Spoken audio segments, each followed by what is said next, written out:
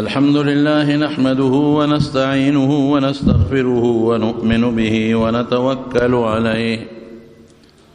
ونعوذ بالله من شرور أنفسنا ومن سيئات أعمالنا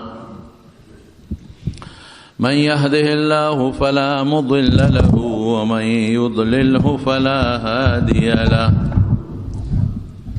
ونشهد أن لا إله إلا الله وحده لا شريك له ونشهد أن سيدنا وحبيبنا وشفيعنا وسندنا ورحمتنا ومولانا محمدا عبده ورسوله. أما بعد فقد قال رسول الله صلى الله عليه وسلم من سلك طريقا يطلب فيه علما سهل الله به طريقا إلى الجنة. ما تاسوتا دا سلورم جمعه دا سفر د ازبکستان سے بعضی خبریں پاتے وی نور میں دې دریو جمعو کې تفصیل تاسو ته بیان کړم. ما تاسو ته دا ویلو چې مقصد زما دا نه دی چې زه تاسو ته څه قصې وکړم، خو په دې سفر کې بعضې څه علمي خبرې دي او بعضې داسې دي چې هغه د انسان د هدایت سره او د انسان د آخرت د فایدې سره تعلق لري.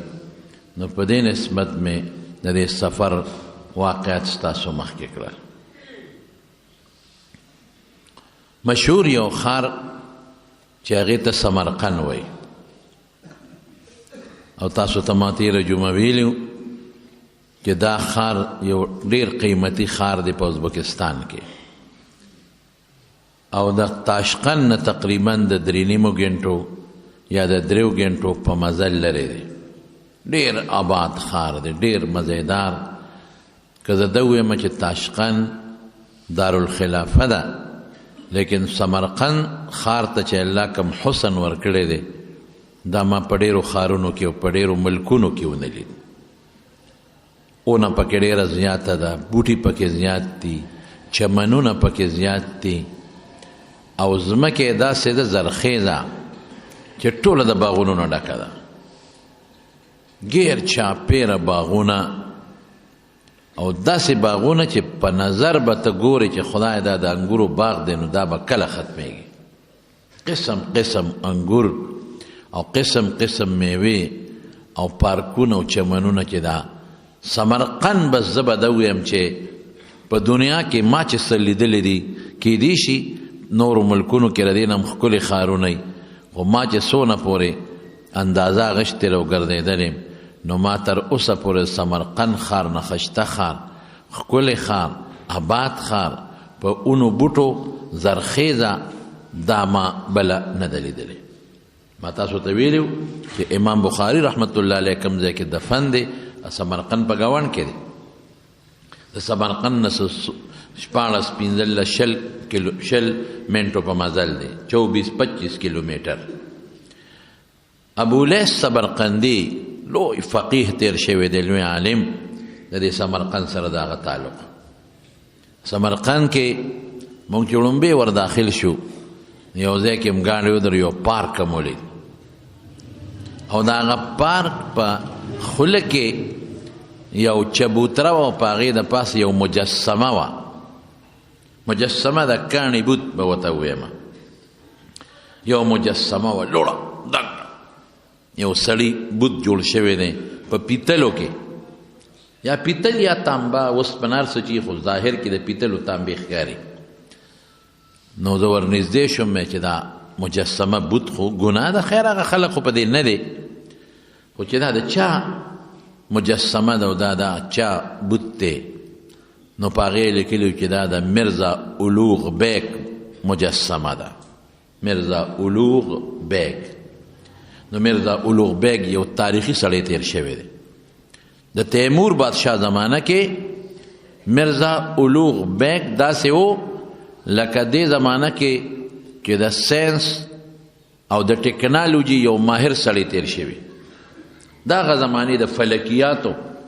د نجومو د ستورو او د دې نظام چې د انور او سپومې او ستوري د دې یو زبردست ماهر سړی تیر شوی لکه اوس داسې یو سړی وي اوس داسې نه پیښیږي اوس به یو سړی دی چې هغه به د ستورو او د سپومې د دې علوم به کړي بل سړی به دی چې هغه ته به د موسمیاتو پته لګي چې دا موسم څنګه دی او څنګه نه دی یخ کله راځي ګرم کله راځي ورځې لنډې د موسمیاتو ځان له ماهرین دي او بل سړی به داسې وي په دې زمانه کې چې هغه ته به دام پته لګېږي مثلا چې یاره دا علاقه او دا وطن دا به په کم سیزن کې یخي په کم سیزن کې به ګرمي ټیمونه اوس خو ټیم ګړی ده دی مرزا اولوغ بیگ دومره ماهر سړی په هغه زمانه کې چې هغه ته د فلکیاتو د ستورو د سپومې د موسمونو ګرم موسم به کله راځي یخ به کله راځي او تر دې حده پورې دومره علم هغه حاصل کړی و بادشاه ته به وختونه خول نو د تیمور لنګ بادشاه په زمانه کې دا د هغه یو ساینسدان به وویم ورته یا د هغه یو لوی د ټکنالوژي یو ماهر سړی و نو موږ په هغه پارک کې دننه چې ورلو نو د هغه میوزیم و یعنی دا هغه د زمانې چې کم نایاب او ناشنا څیزونه و په هغې کې پراته و د هغه کتابونه پکې پراته و د هغه کوره د ځمکې نقشه چې جوړه کړي پکې پرته وه او یو ځای مو ولیده یو برنډه غوندې وه په هغه برنډه کې داسې لاندې یو لختې تلی و پوخ رکوټې غوندې لختې و داسې یو فوټ بای فوټ به یا فوټ به پلن و داسې 2-3 فوټه جور به پوخ بره برنډه وه دا داسې د تلې و لاندې کوشوي و بیا داسې بره راوتی و ما دا ملګري نه تپوس وکړم او بال پکې پروت و یو غټ بال خوا کې ورسره پروت و مې دا څه شی دی وی دې به دا بال به په دې کې رغړاو د میرزا اولوغ بیګ او په دې بال باندې به د معلومات اخیستل دا هغه څه خپله تجربه به وه دلته به ناست و دا به یې رغړاو هغه سره پورې بیا به یې د هغې سر نه را رغړاو نو په دې به هغه څه نقشې معلومولې میرزا اولوغ بیګ او دا میرزا اولوغ بیګ 1394 عیسوي کې پیدا شوی دی او په 1449 کې 1450 کې دی وفات شوی دی او قبر یې کوم ځای دی مونږ چې لږ مخکې لاړو نو یو شاهي مقبره وه لوی شاهي مقبره په هغه شاهي مقبره کې صاحب من د تیمور لنګ بادشاه مقبره وه د هغه ټول خاندان د هغه رشته داران دا په هغې کې دفن و تیمور لنګ او تاسو ته به دومره لږ وضاحت وکړم د تیمور لنګ بادشاه متعلق دی په 1376 عیسوي کې پیدا شوی دی او په 1405 کې دی وفات شوی دی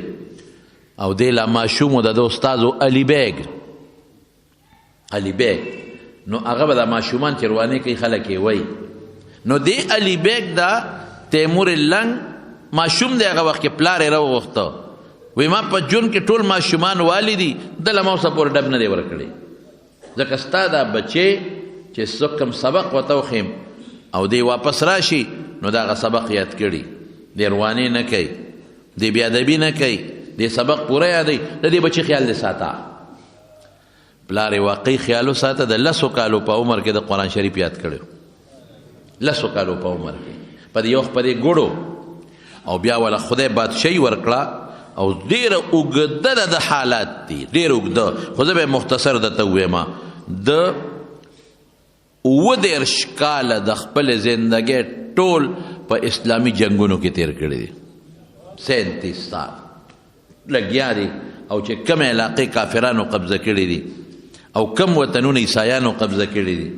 او کم وطنونه هندوانو قبضه کړي دي په هغې لګیا دي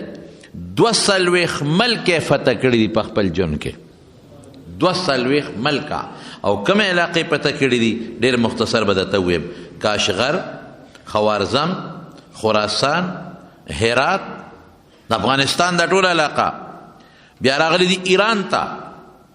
ایران یې فتح کړی دی آذربایجان یې فتح کړی دی بغداد عراق جاس کې پکې سړی ستړي کېږي چې دغه ځای نه راځي او دی په پیاده لښکر راغلی دی دا چې څومره قازقستان دی او کرغستان دی نن سبا او د هغې نه پس افغانستان دی او هرات او قندهار او ایران دی ټول قبضه کړل بیا ورپسې راغی بغداد ته عراق دی قبضه کړل او صیب من بیا تللی دی د ملتان په لاره انډیا ته هندوستان یې فتح کړی دی میرټ او دهلی او بیا په دې هم صبر نه دی کړی نو شام ته هم تللی دی شام کې بیا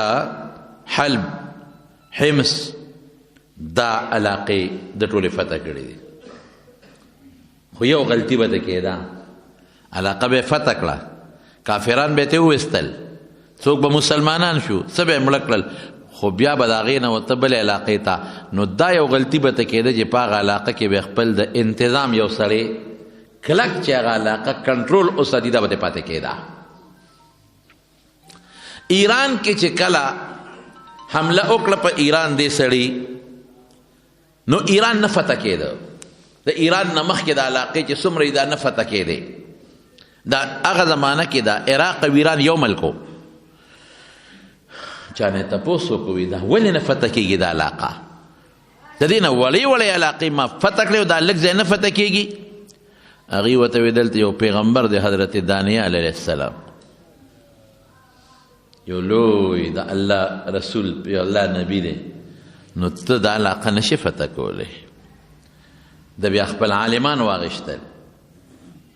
او هغه پیغمبر قبر له لاړل او د هغه یې ډېر احترام وکړ او د هغه د قبر سره د الله نه سوال وکړو چې الله زه خو دې له د علاقه نه فتح کوم چې زما دې پې نوم اوچت شي زما خو دا مقصد نه دی چې زما بادشاهي دې زیاته شي زما بهادري دې څوک ومني الله زه خو ستا د خاطره ستا د مسلمان ملک د زیاتولو د خاطره دا کار کومه نو بیا هغه علاقه فتح شوه نو چې فتح شوه نو په سمرقند کې ما ته چا وی دلته د دانیال علیه السلام قبر دی مشهور دی دا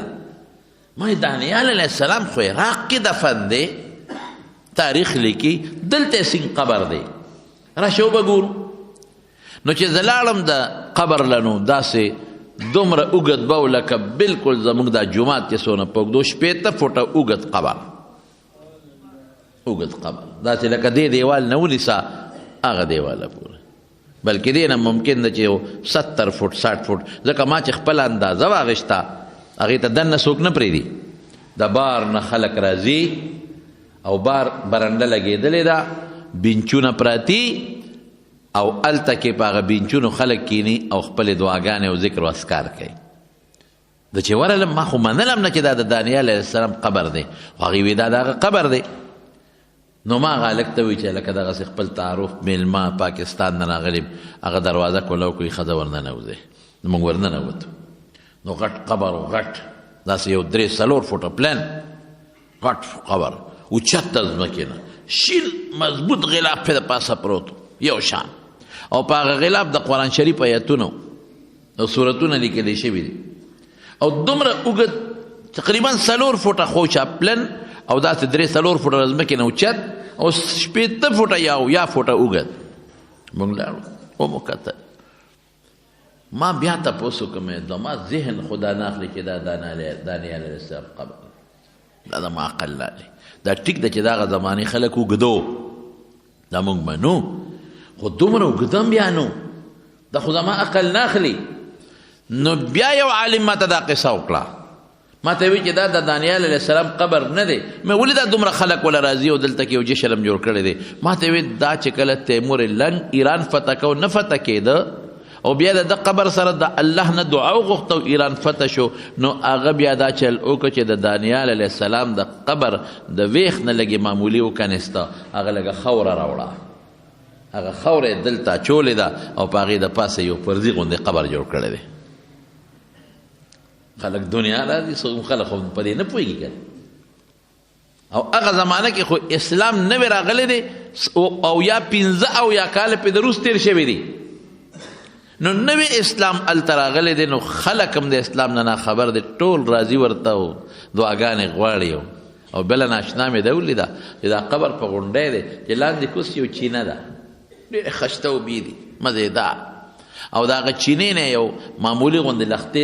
دننه په ځمکه کې پټ بوتلی دی او یو ځای کې یې پې برنډه جوړه کړې ده او ټوټی لګولی دی قدرتي اوبه بیګي او خلک کاسو کې دي او سکي نو ما لکه دا اوبه د څه دي ما ته چا وی دا هغه چینه ده چې ایوب علیه السلام کوم ځای لمبلي و مې دروغ مه وایه هغه دلته نه دی راغلی ایوب علیه السلام او نه دلته لمبلي یعنې خلک په دغه سوچ روان دی کټوري پراته دی اوبه څکي او دا د ایوب علیه السلام د زمانې چینه ده هغه دلته لمبلي و ما یې دروغ مه وایه یو عالم ما ته وایي چې نه هغه خو نه ده خو موږ اورو داسې چې تیمور لنګ د دانیال علیه السلام د قبر خوره د ویښ نه راوړو دلته کې واچوله او قبر یې پې جوړ کړو نو هغې سره دا چینه پیدا شوې ده او د هغې نه د اوبه روانې دي بهر کیف ستاسو ذهن کې مې دا واچوله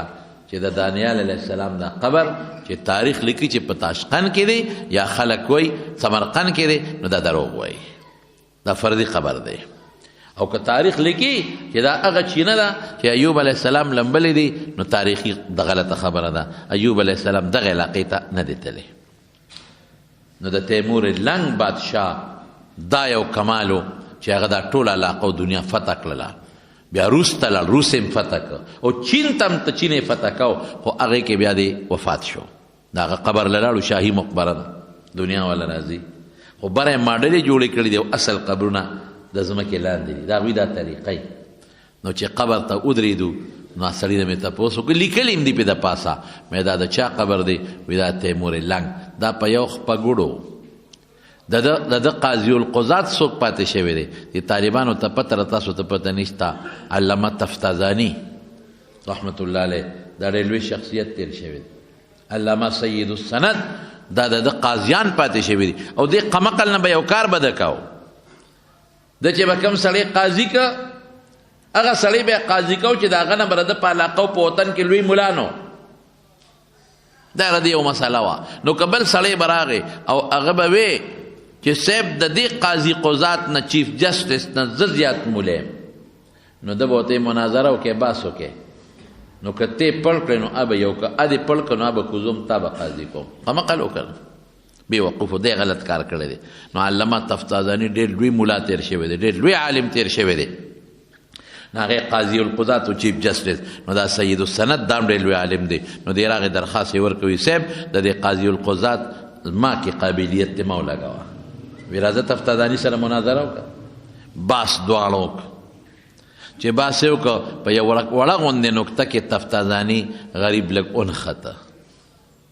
یو ونښته نو بیا د هغې لرې که تفتازاني او د هغې په ځای دا سید السند قاضي القضات کا نو قمقل سړی دی بعضې وخت کې لوی عالمي لوی مولی یو ټکې به ورته نه یاد یو مسله به تېره شوي یو خبره کې به هغه وخت سره په ذهن کې نه بیا علامه تفتازاني غریب د دې غم د لاسه څو میاشتې پس وفات هم شو نو ما هلته تپوس وکړه مې علامه تفتازاني خو د چیف جسټس و د هغه قبر چاته پته نه لګېده سید السند دا خو د لوی شخصیت او چیف جسټس و قاضي القضات د هغه قبر چاته پته نه لګېده خو د ده د قبر خوا کې بیا هم پکې یو ادب پکې و د قبر نه سر ته یو بل قبر دی نو زه هغه ته ودرېدم مې دا به د امیر تیمور قبر نو ما ته هغې وی چې نه دا د امیر تیمور قبر نه دی دا د هغه د استاذ او د هغه د پیر قبر دی او وی ده دا وصیت کړی امیر تیمور چې ما کله خښوی نو ما به د دې خپل استاذ په خپو کې خښوی دا زما استاذ دی دا زما پیر دی نو زما قبر چې ما کله خښوی نو ما به د خپل استاذ خپو ته خښوی نو دی د هغه خپل استاذ خپو ته دفن دی د هغه استاذ نوم یې سید برکه دی سید برکه ډېر لوی نیک سړی تیر شوی دی او بیا عجیبه ځان له ځای وخت کړی دی یو طرف ته د یو بل ډېر لوی بزرګ د سید عمر ورته وایي سید و د هغه زمانې ډېر لوی ولی الله د زمانې یو خوا ته د هغه قبر دی او بل خوا محمد سلطان دا د خاص مشیرو او ډېر نیک سړی او لوی عالم ما ویل لکه هوښیار سړی دی یو خوا ته سر ته د لوی بزرګ ګس طرف ته بل لوی بزرګ خی طرف ته بل لوی بزرګ نو داسې ځای کې دی دفن دی د پاسه پې غټه ګنبد دی او شاهي مقبره کې د خښتې دفن دی. زما وروڼو د بزرګانو د نیکانو خوا کې په مقبره کې ښخېدل دام د انسان دپاره ډېر بې برکت دی. زمونږ د حضرت شیخ الهند رحمت الله علیه یو ځل چا تپوس وکړ، ورته یې وی چې څوک دا غواړي چې د مدینه کې دفن شم، یا څوک دا غواړي چې زه د حضرت موسی علیه السلام الله نه سوال کړی و چې ټیم یې پوره شو، وی الله ما شام ته ورسوه بیت المقدس سره چې خوا کې د دفن شم. نو د نیکانو خلقو د عالمانو خوا کې ښخېدل دا ځان له یو خبره ده. نو شیخ الهند صاحب نه چا تپوس وکړو چې د نیکانو خوا کې چې سړی دفن شي دله د هغې نه څه فایده شته؟ دله څه فایده ده؟ دا انسان خو خپل عمل پکارېږي. هغه ورته غږ ونه چپ پاتې شو. څو ورځې پس هغه شاګرد لګیا دی شیخ الهند ته ببوزی وی، نور کسان هم ناست دي دې خوا شاته مخکې رستو او دې ناستې منځ کې ببوزی وی. نو شیخ الهند هغه شاګرد ته وی دا ببوزی چا ته وی؟ وی صاحب تا ته وه، بل چاته خو نه وی. نه نه صاحب صرف تا ته وه. وی دا هوی دې خوا اخوا په دې نورو لګي که نه لګي؟ وی او په دې نورو خو لګي. وی خو تا ته واقعي دا هوا دې اخوا په دې نورو باندې لګي. وی اوس تا مسله حل شوه، پوه شوې که پوه نه شوې؟ تا چې څو ورځې مخکې مانه کوم تپوس کړی و چې د نیکانو خلکو قبر سره خوا کې ښخېدل دا څه فایده لري که نه لري؟ دقه فایده ده. ببوزې وی ما ته یو خوا بل خوا دې خلکو ته هم فایده رسېږي. دقه رنګې دا نیک سړی دا عالم دا بزرګ په ده چې د الله رحمت نازلېږي نو هغه د رحمتونو څه ناسه جلکې خو شاته هم خورېږي. دی وجه نه و حضرت عمر فاروق رضی الله تعالی عنہ چې کله وفات کېده نو وصیت یې وکړه، بلکې حضرت عبدالله ابن عمر ته وایي چې کله ولګېده په هغه خنجر باندې او کور ته یوړو او وینې ترې روانې دي او د شربت یې وله ورکړه، د اوسکو شربت جوس، نو چې خوله کې یې ورواړو نه ترې په خېټه ووتل. پوه شو چې اوس خو زه وفات کېږم، دا خو زما بیماري د اخرې ولاړم. نو عبدالله ابن عمر ته وی بچې لکه مې یو ارمان دی، یو ارمان اسم نشته. یو ملګری ورته وایي عبدالله ابن عباس رضی الله تعالی عنه وایي عمره تا خو د رسول الله مبارک سره ډېر بهترین وخت تېر کړی دی، هغه سره جهادونه دې کړي دي او چې کله د دواړو جهانو سردار د دنیا نه ته خوشحاله ده نه تللی دی. عمره خوشحاله تللی، هغه نه پس د حضرت ابوبکر صدیق رضی الله عنه سره ژوند تېر کړی دی، هغه سره د ښه وخت تېر کړی دی.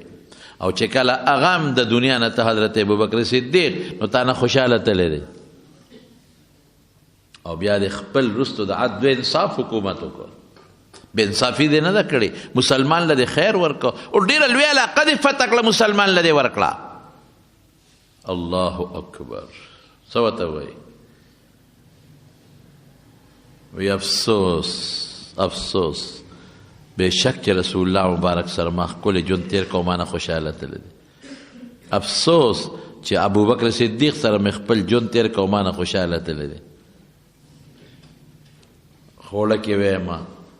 چې که دا زما سر په سر شي نو ښه به د خدای نعمتونه هم په ما ډېر دي، ما خدای فضل هم ډېر کړی دی. نو که دا نه زما شي نه په ما شي سر په سر، خو چې مې خدای ونه نیسي. نو عبدالله ابن عمر ته بچي یو ارمان مې پړه پاتې دی، هغه ارمان مې دا دی چې د رسول الله مبارک سره خوا کې دفن شم. یو خوا حضور پاک دی، بل خوا حضرت ابوبکر ملګری مې دی. او ته بابا لاړ بشم د عایشې نه به تپوس وکړم صدیقې نه ځکه کوټه خو د هغې دی، بچې ورشه تپوس دې وکړه. عبدالله ابن عمر چې راغی عایشې صدیقې ته وایي ای بابا مې راولېږلم، ما غریب یې ژړل سترګې په اوښکو نه پاکولی. وایي دا مې ارمان دی پړه چې زما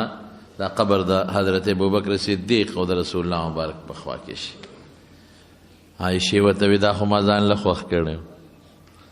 ما یو خوا به مې خاوند دی بل خوا به مې پلاري، کوټه زما ده، زه چې عمر یې غواړي قرباني ورکوم هغه له مې ورکړه. ما یو څه د نورو ملګرو سره چې کوم د مسلمانانو میندې دي بیبیان دی امهات المؤمنین اغی سره مې په عام قبرستان کې دفن کړي. اوهو دا هغه عایشه صدیقه ده چې یو ځلې صفت کوي خپل خورایي صفت کوي. نو عایشه صدیقه څه وایي؟ هغه وایي ارمان لو کنت نسیم، که زه داسې وی چې یېره په تېره ویړو چا یادولم نه څه خبر جړل به. عمر صاحب له چې ابن عمر راغی، عبدالله ابن عمر زوی، وی بچې څه دي در سره، څه پیغام دې راوړو؟ وی چې ستا د اړه ارمان کوم هغه خدای پوره که. وی ښه بچې دې وخت کې خو زه دغه یم جمدې یم، و چې کله مړ شم زما کټ یو سی دوباره تې تپوس وکړې. هسې نه دې وخت کې زما نه حیا کوي او پړی نی دوباره تې تپوس وکړې. نو بیا دوباره چې تپوس وکړو مې بس که نوی ولقبه. نو حضرت عمر صاحب ولې د رسول الله مبارک خوا کې ځان له ځای خوښ کړ؟ د حضرت ابوبکر صدیق په خوا کې خو د یو رسول الله مبارک خو پرېږده وه، هغه خو د نور او د سپوږمۍ نه زیات رڼاګانې د الله د رحمتونو برکات دي، خو پرېږده د هغې خوا کې دفن. خو زه یم چې الله اکبر، عمر خو ځان له سړی، ابوبکر ځان له سړی. نو ما وی چې امیر تیمور کوم ځای ښخ دی؟ د بزرګانو په دا میانځ کې ښخ دی. دا مخیارتوب به د یو بل قبر دی پکې په سمرقند کې، په سمرقند کې د حضرت عباس رضی الله تعالی عنه زوی دی، قسم ابن عباس، غټه مقبره کې دغه دفن دی او قبر یې ښخ دی. او دا قسم څوک و؟ د رسول الله مبارک د تره زوی دی، د حضرت عباس زوی دی. او د مختصر ټکې به درته دونه ویم چې دا هغه صحابي دی چې رسول الله مبارک کله وفات شو او غسل یې ورکو نو منګي به ډک ډک د اوبو د راوړل. صرف یو څو کسان د هغې په غسل کې شریک وو، یو پکې دا و حضرت قسم. تاسو اندازه ولګوئ چې د سعودي عرب د مدینې نه ځه دونه مزل دی، او بیا د هغې نه راځه عراق ته، ایران ته، هرات، قندهار، افغانستان، کابل، او بیا زه ورپسې د نیر نه پورې و د سیند نه ماوراء النهر او بلخ او بیا سمرقند او دې علاقو ته د دین د خدمت دپاره سفر یې کړی. زه حیران په دې یم چې دا علاقه په دین څونه آباده وه. امام ترمذي رحمت الله علیه دغلته دفن دی ازبکستان کې. د سمرقند نه به تقریبا 15 غنټې مزلي وته. ترمذ امام ترمذي پیژنې څوک و؟ د رسول الله مبارک دا حدیث هغه کتاب یې لیکلی چې هغې ته خلک نن سبا ترمذي شریف وایي. جامع د امام ترمذي، سنن د امام ترمذي. او صاحب من امام ترمذي څومره لوی سړی دی، د هغه م یو پوټی واوره. نوم یې دی محمد، د پلار نوم یې دی عیسی، د نیکه نوم یې دی ثوره، د نیکه د پلار نوم دی موسی. او په ترمذ کې یو ښار دی بوغ ورته وایي، بوغي ورته وایي، بوغ. هلته دی دفن دی، په 209 کې دی پیدا شوی دی، 209. او په 201 اتیا کې 279 کې دی وفات دی. د امام بخاری شاگرد دی، د امام مسلم شاگرد دی. نن سبا د کتاب ترمذی شریف ته ډېر لوی اهمیت دی. زمونږ په دیوبند کې دارالعلوم دیوبند کې چې شروع کوي هغوی د دورې شروع کوي د ترمذی شریف نه کوي شروع په ختمول په بخاری کوي. او زمونږ په دارالعلوم حقانیه کوړه خټک کې هم دا یو رواج را روان دی چې هغوی شروع د بخاری شریف په کتاب نه کوي، د ترمذی په کتاب کوي. یاره ده چې کم خدمت کړی دی. اوهو امام ترمذی د دې احادیثو مبارکو دپاره د مکې، مدینې، مصر، شام، کوفه، بصره، خراسان د دې ټولو سفر یې کړی دی. حافظه والا خدای ناشنا ورکړی و. نو دا حدیث به یادول، داسې حافظه الله ورکړې وه چې یو عالمو د هغه یو 2 کاپۍ د سره پرتې وې د حدیثو. چا نه حاصلې کړې وي دته پته ولګېده چې هغه مولانا صاحب خو دلته راغلی دی هغه شیخ الحدیث حدیث استاد به د ورمنډه کړئ چې ودرېږه چې ورسره ملاقات وکړم دا خو ما د هغه ما سره پرتي دي خو د بل چا په واسطه بالذات به اورم دې ته زموږ طالبان سند عالیه وي سند به مې عالي شي اوچت بشي چې هغه مولانا صاحب له ورغی هغه ته ویل چې صاحب ما سره ستا یو 2 کاپۍ دي د احادیثو نو که مهرباني دې وکړه ما ته دې واورول نو زه به ستا نیغ په نیغه شاګرد شم وی راوړه کاپۍ ګوره دې درته وایم راوړه د زر هغه خپل دغه کولاو کو چې کاپۍ راوستې نو دې غریب تېروتی و د دې استاذ کاپۍ نه وې د بل استاذ کاپۍ په تېر کې راغېستې دي اوس که ورته وایم چې دا خو زه تېروتی یم د بل استاذ کاپۍ دي نو دې خفه نه شي او نه د سره دونه وخت شته وی کاپۍ دې راوستې وی یو صاحب راو مې وستې وی غوږ ورته کېده استاذ خو یې دا خیال چې دا دماغه دي دا کاپۍ داسې ځان ته ونیولې اوس هغه لګیا دی حدیث وی دې د قصده ګوته ګرځئ حدیث وی وی وی وی وی وی وی وی ناګهان د استاذ په نظر شو وی داسې دی ما سره ټوکې کې په ما د حدیث د دنیا ووې نو ته خو په دې کاپۍ لګیا چې ګوته ګرځئ دا څه کې وی صاحب غلطي شوې ده څنګه غلطي وی ما په تېر کې پردی کاپۍ راغېستې دي نو زه دې ستړی کړم په ما د بلا ګنټې د رسول الله مبارک احادیث اوې نه دې ولیکل زما هغه نشته نو زه دې هسې ستړی کړم ټوکې را پورې کې وی صاحب یاد مې دي تا چې څه وایي ما ته یاد شو وی ووایه نو چې هغه استاد ورته کوم سبق ویلی نو د اول نه اخره پورې ورته هغه 2 کاپۍ په یاد ورتېرې کړې نو استاد ورته وایي دا د مخکې یادې کړې وې که اوس وي قسم د الله په ذات چې دا اوس ته اوې ما په دغه وخت یادې کړې یو بله واقع هم پېښه ده د په سفر کې روانو سفر کې قافله کې چا وی فلان کې شیخ صاحب دی محدث او دا کم دی هغه دی د ورمنډه کړئ وی حضرت ما ته څه حدیث ووایه ورشه قلم او کاغذ راوړه اتفاق ته وګوره چې دی راغی قلم کاغذ یې وکته نو صحیح نه وه پاڼې خو شته قلم شته خو صحیح نشته د قصد قلم راواغېسته او استاذ ته وی جی وایه وی لیکه وی ښه د قلم راغشتې دی او په هغه کاغذ هسې د قصده ګرځئ استاد لګیا دی حدیث ورته وی وی وی وی وی او د قصد هغه ګوته قلم په هغه تشه مشوڼۍ کې وردننه کړي او لګیا دی چې استاد وکتل داسې نظر یې واچو کاغذونه تش پراته دي ام ورته غصه شو یا ما تستحیي مني ما له تعالی حیا نه راځي زما د سپینې ګیرې ته ګوره نیکبخته په سپین کاغذ ګوتې ګرځې زما د ګنټې وخت ضایع که او تا اصلې زه ستړې کړم وی صاحب قلم دوات نور صحیح نه وه نو بس ما څه کړی وې نو مې په ځای ستړی کولم ولې وی صاحب یاد مې کړله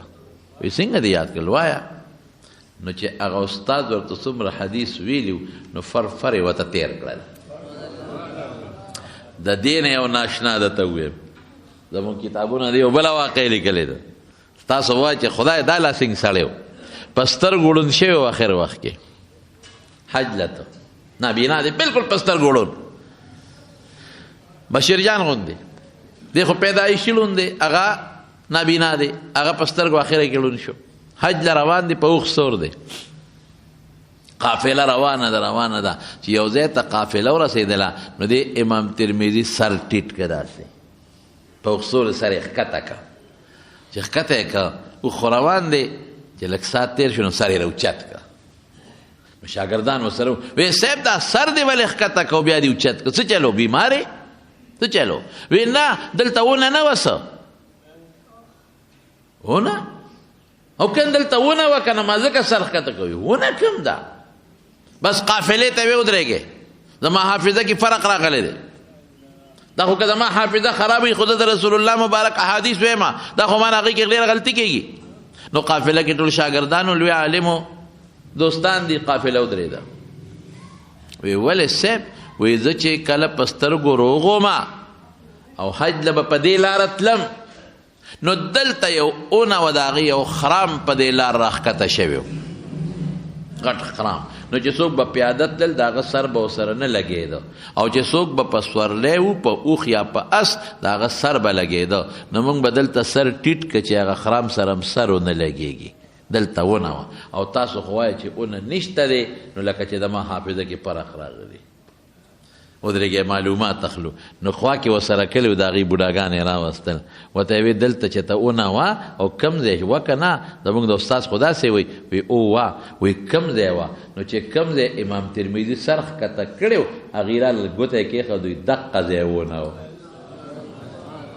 د هغې خرام ښکته و په دې لار باندې چې څوک به په لاره تلل نو سر به جنګېده، په اوښ یا په اس چې سواره به نو سر به یې ټیټه و. اوس زړه شوې ده هغه اونه، نو پرېوتې ده، زړه شوه، زول سیدې وغورځوله. نو ته خپله سوچ وکړه چې یو سړی روغي او په یو لاره ځي او بیا ړوند شي او په هغې لاره ځي او هغه ته دا پته لګي چې دلته اونه و خرام یې په دغه راښکته و په لاره، د دې نه مضبوطه حافظه بله کېدی شي؟ نشي کېدی. دا زموږ بشیر جان دی، دا په سترګو نابینا دی. مثلا درته ووایه چې دا د مخامخ دلته کې دا پلان کې شی دی، د یو پورې لاسه مو جنګوي، کټ دی، او بیا ته یې کټ لرې کا، ورته یې په دې لاره لاړ شي او د کټ هغه ځای معلوم کا. دا خو واقعي چې لوی تپتازاني دی، دا خو واقعي چې پوره د قیانوس ته زمانې دی. والله که دی هم معلوم کړی شي، بچې جاره معلومولی شي؟ نشي معلومولی. دا الله دغه زمانه کې خلقو له مضبوط حافظې د دې قرآن او د پیغمبر د حدیثو له برکته ورکړي دي. د دې قرآن د خاطره، د رسول الله مبارک د حدیثو د خاطره د حافظې خدای پاک دې خلقو له ورکړي. یو سړی و، د هغه نوم و قتاده، تابعي دی، په سترګو ړوند دی او سینګ ړوند دی، مادرزاد پیدایشي نابینا لکه څنګه چې زموږ بشیر جان دی. الله یې دله د دې په عوض کې جنتونه ورکړي. بشیر جان په موږ ډېر ګران دی، معذوره دی. دا شکر درته زه وایم بشیر جانه ته خو د خدای شکر ادا کا چې تا له خدای پاک د رسول الله مبارک نعتونه په زړه کې اچولي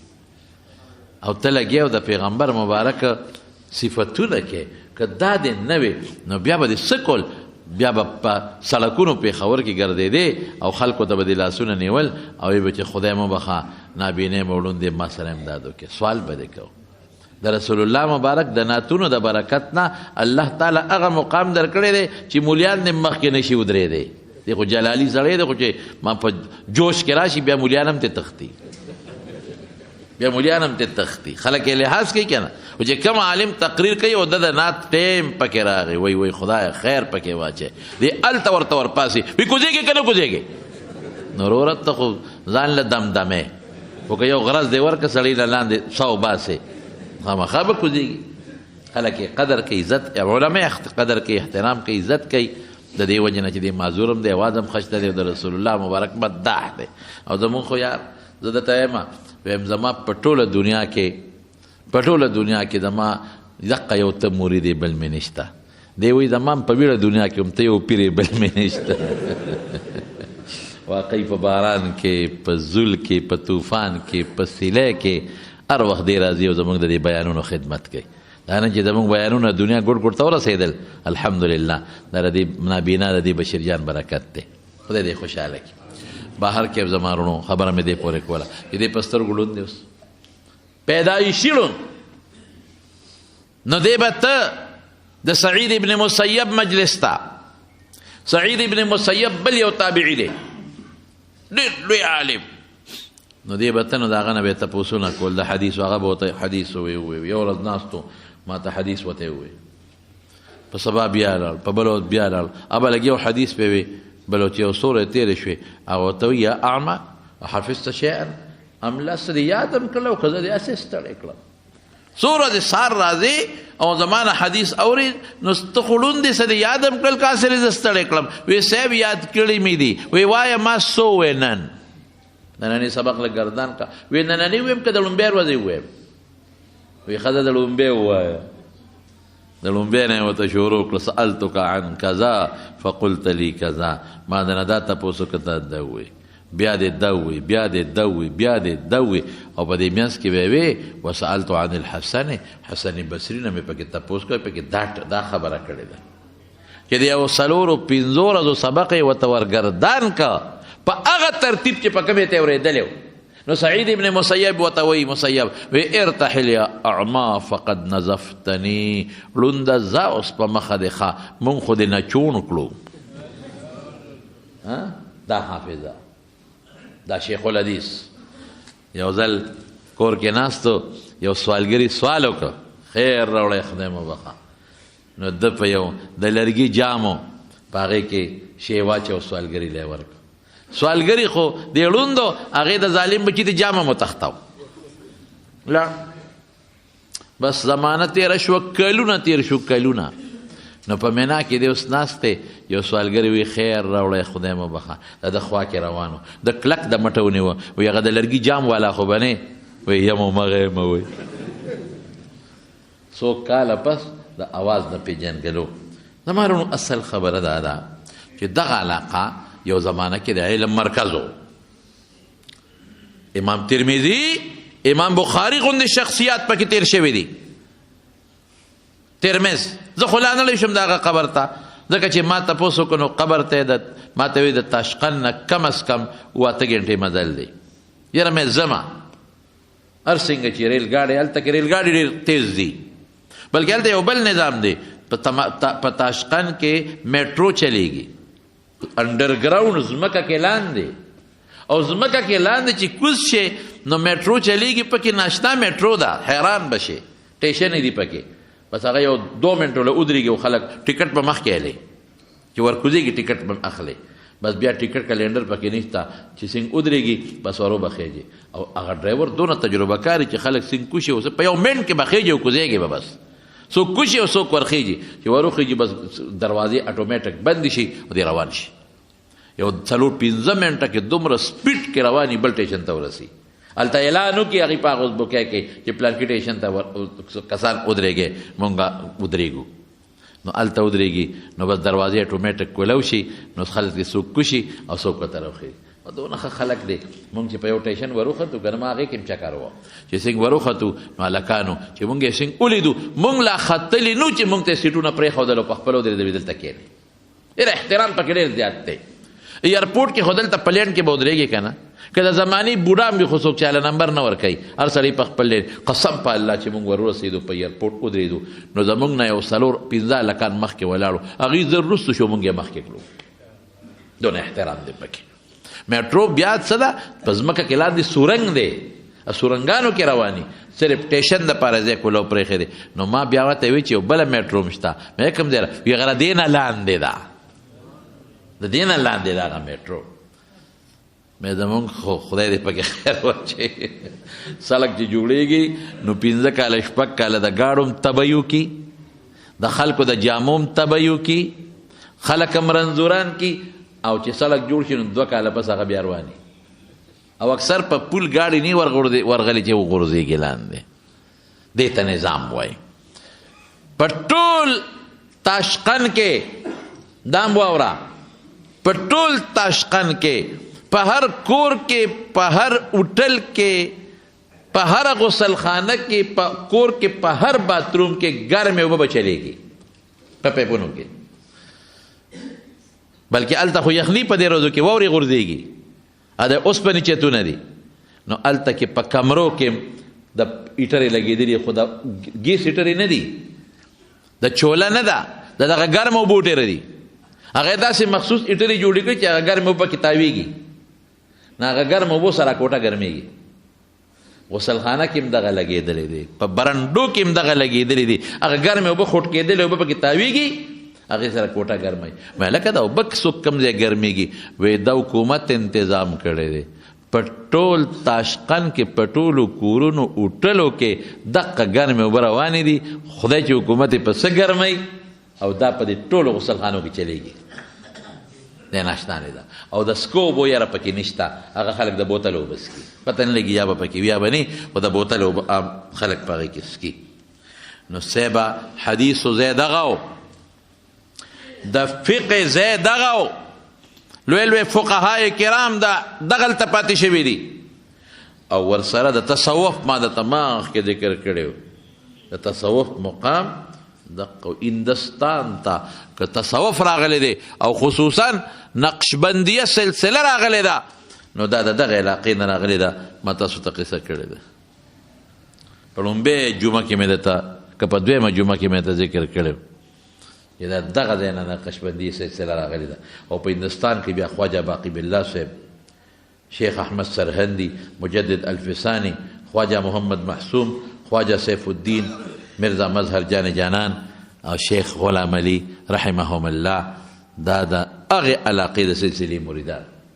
احادیث د هغې علاقې نه فقه د هغې علاقې نه تصوف د هغې علاقې نه لیکن افسوس چې نن په هغه علاقه کې سر نه بغیر د نوم د ایمان او د اسلام نه بل هېڅ شی پکې نشته هېڅ نه دی خبر ټول جنکۍ او ښځې دومره ده چې په سمرقند کې لا مې مشرانې ښځې جنکۍ نه مشرانې مې ولیدلې چې یې هغوی اوږده اوږده کمیسونه اچول بس لاندې پاجامه ده خو بره اوږده کمیسونه جنکۍ ټول په پتلون کې ګرځي او په کوټونو کې ګرځي هلکان ټول په کوټ کې ګرځي پتلون کې ګرځي ملا په کوټ او په پتلون کې ګرځي نه د مقتدي ګیره شته او نه د ملا ګیره شته هېڅ هم نشته شراب کوله مکمل صرف قانونا پابندی ده چې یاره د 1800 د 1400 کالو نه پس کم هلک به شراب نه څکي خو هغه پابندي برای نام ده او د 11 بجو نه پس مې واورېدل چې کلبونه هم کولوي بیا خلک ځي په کلبونو کې سندرې ګانې هم اوري شرابونه هم پکې څکي او چې څه یې خوښه یې هم پکې کوي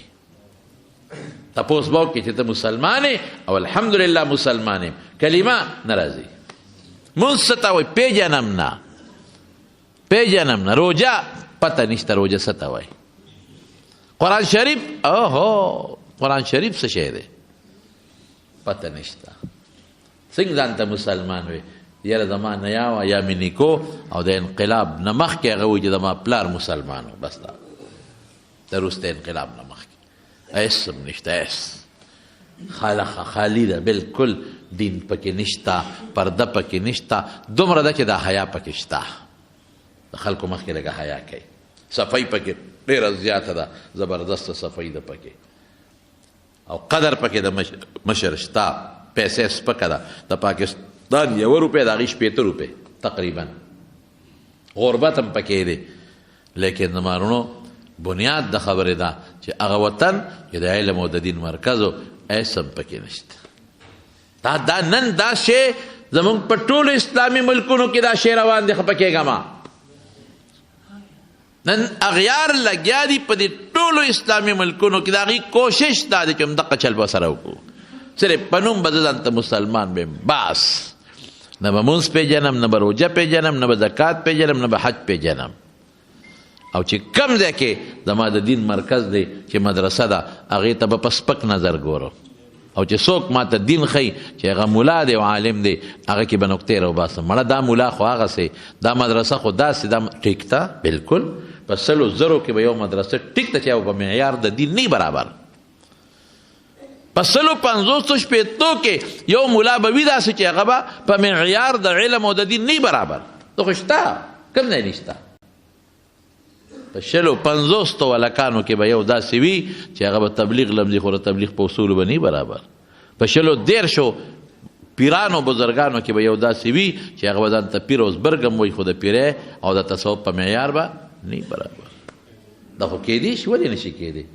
زمینداران ټول یو شانتې دی نه تاجران ټول یو شانتې دی نه دوکانونه ټول یو شانتې دي نه نو مولیان هم ټول یو شان نشي کېدی مدرسې هم ټول یو شان نشي کېدی خو دا به منې چې قرآن او سنت خدمت نن په دې زمانه کې مدرسه کوي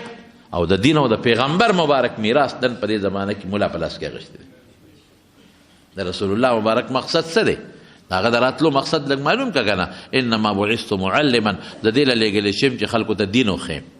نو تا دې په خدای قسم یې رښتیا ووایه تا ته دا ښکلې عقیده او د عمل دا څوک درته ښیي ملا درته نه ښیي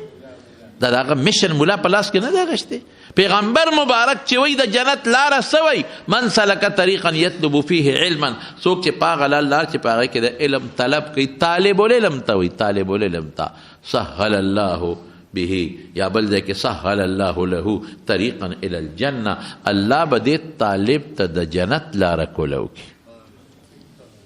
او پیغمبر مبارک وي، زه خو نه وایم چې دې طالب العلم ته ملا خو لا پرېږده وه چې کوم لا علم نه دی کړی طالب دی. رسول الله مبارک قسم په الله چې رسول الله مبارک وي، قسم مې درته وخوړ چې په اونو کې په دریاب کې کمان او په سوړو کې میږي ورته دعاګانې کوي. او رسول الله مبارک فرمایي قسم په ذات ته خدای چې دا د پیغمبر مبارک وینا ده، زمونږ په روایاتو په سندونو په اعتبار د قسم خورم چې رسول الله مبارک فرمایي چې طالب العلم ته فرشتې وزرې خورئ. صاحب د مرقات یو واقع لیکلې ده، یو عالم به خلکو د درس کو پخپو شلو، یو شاګرد ته تپوس وکړه چې دا پخپو پیدایشي شلې؟ وی نه. وی دا ولې شل شوی؟ وی دا حدیث مې وکته چې فرشتې وزرې غوړی طالب ته. وی ما لاسې خندا غوندې راله، وی ما چې د ټوکو نه وي چې اوس خو به دا وزرې وله مونږ ماتې کړو،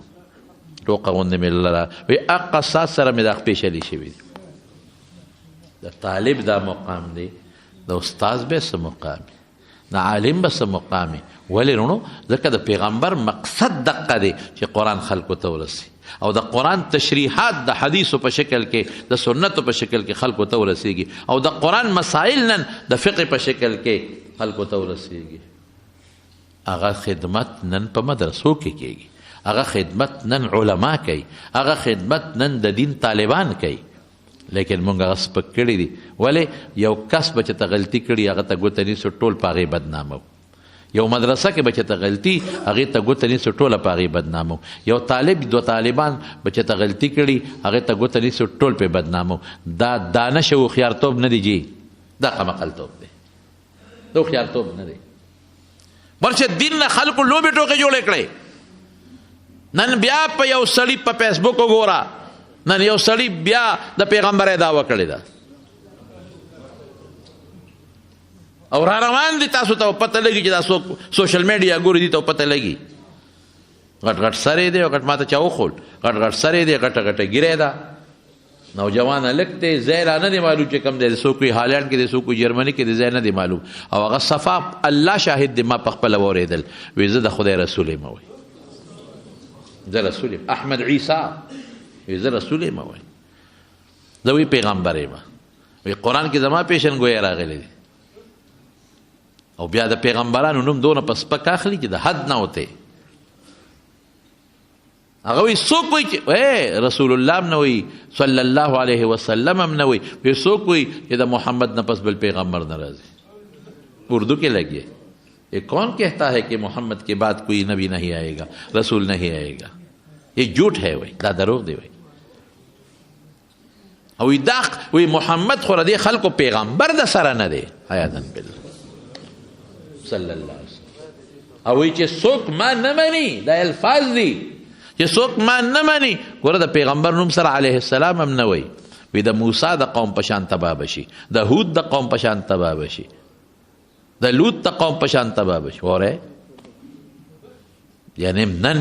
زمونږ دنیا مسلمان کم ځای ته پاتې شو، کم ځای ته مسلمان پاتې شو. او مسلمان میچنې بل ځای ګرځي. ورشئ وګورئ تاسو ځای په ځای د پیغمبر پورې هتک کېږي، ټوکې کېږي، خنداګانې کېږي. هالینډ ته وګوره، د پیغمبر خاکې جوړېږي. او زما خپل مسلمان د رسول الله مبارک امتی هم نن په دې چالونو کې پروت دی. خدای ته وګوره زما وروڼو، یو خبره ذهن کې واچوئ. زه د سیاست خبره سره په دې سټیج نه کوم، نه مناسبه ده. زه دا درته وایم چې خدای مخکې کې، رسول مخکې او لیډر رستو. خدای او رسول مخکې او پارټي رستو. کوئ خپلې پارټۍ چې څه خوښوئ، د دنیادارۍ پارټۍ مو دي، هغه چې ستاسو څه خوښوئ هغې کې خو هم زموږ نه منئ. چې څه هم خوښوئ کوئ، خو مهرباني وکوئ چې کله هم د رسول الله مبارک د ذات خبره راشي، او د قرآن خبر راشي، او د پیغمبر او د خدای خبره راشي، نو هغې کې بیا لیډر به خپل کار کوي، پلار به دې خپل کار کوي، او تره به دې خپل کار کوي، او قوم به دې خپل کار کوي، پارټي به دې خپل کار کوي. ابه مخکې یو. او که ته وایې نه نه نه دا داسې، ته د لیډر دپاره په هغې کې تاویلات کوې، نو ایمان کې د خطره ده. بیا احتیاط پکې په دې مسلو کې. نو نن دنیا لګیا ده د اسلام او د دین خلاف. بار کې دا خو مې دا ازبکستان سفر و، څه بعضې حالات پکې د دین او د اسلام و، مې درته ذکر کړل. او یو خبره دلته کې څه مړي شوي دي ما ته خو پته نه وه چې څوک مړه دي ایسیزو نجیب حاجي صاحب اوخې وفات شوی دی پېښور کې دلته مونږ له منزله به راته که نه حاجي صاحب ډېره موده وشوه یو کال وشو چې نه دی راغلی ډېر نیک سړی و ډېر ښه سړی و رب العالمین او ډېر ښه سړی و دقه ځای به ناست و خو دا کال یو نیم غریب نه دی راغلی بیمار به الله دې ول د آخرت مرتبې ورکړي او الله دې ټولو وارثانو له صبر ورکړي او دلته کې مونږ پسې ډېر منځونه جمعې کړي دي الله دې ول دا ټول قبول کړي مولیانو کلي کې د فضل وهاب استاد دغه رندار وفات شوی وه بلکل پرونې ما ته ټلیفون هم کړی و خو زه خواکوړي کې وم الله دې مغفرت نصیب کړي الله دې وبخي او دا څوک دی ملکزو کې څوک دی ملکی امان خور الله دې مغفرت نصیب کړي خدای پاک دې وبخي او دا ملګري څه دعاګانې غواړي خدای دې قبولې کړي او جی حمید الله صاحب زموږ دوست دی هغې ته هم څه پریشانۍ دی الله دې په خوشحالو بدله کړي او زه به تاسو ته یو بل هم دغه وکړم زموږ د حضرت شیخ صاحب مولانا حسن جان صاحب رحمت الله علیه بیبي اوس وفات شوه د مانځه نه لږ غوندې مخکې لا جنازې ټیم نه دی مقرر اوس وفات شوه نو هغه هم هغې دپاره هم لږه دعا وکړې او موږ سره خو نسبت او د شیخ صاحب بیبي و ډېر خدمت یې د علماو هم کړی د هغې هم کړی دی خدای پاک په ډېر فضل هم کړی ډېر عمرې حجونه هم کړي ډېره نیکه بیبي وه انتهایی نیکه بیبي وه چې رښتیا خبره پلار یې ډېر لوی عالم تېر شوی دی والد محترم یې د ټول وطن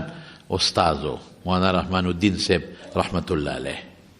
او بیا زموږ د شیخ صاحب کور والا وه مولانا سنجان صاحب رحمت الله علیه ټبر و نو اوس چې زه راتلم دقه وخت کې وفات شوه او لا جنازې وخت نه دی مقرر نو دعا ورته وکړه چې الله د هغې مغفرت نصیب کړي اللهم اغفر لها وارحمها ونقها من الذنوب كما ينقى الثوب الأبيض من الدنس اللهم اغسل خطاياها بالماء والثلج والبرد اللهم باعد بينها وبين خطاياها كما بعدت بين المشرق والمغرب چې څومره وارثان پاتې دي الله دې ټولو له صبر ورکړي ټولو بچو له دې الله صبر ورکړي او د څومره مردګان وفات دي زموږ په دې شیرپو کې نن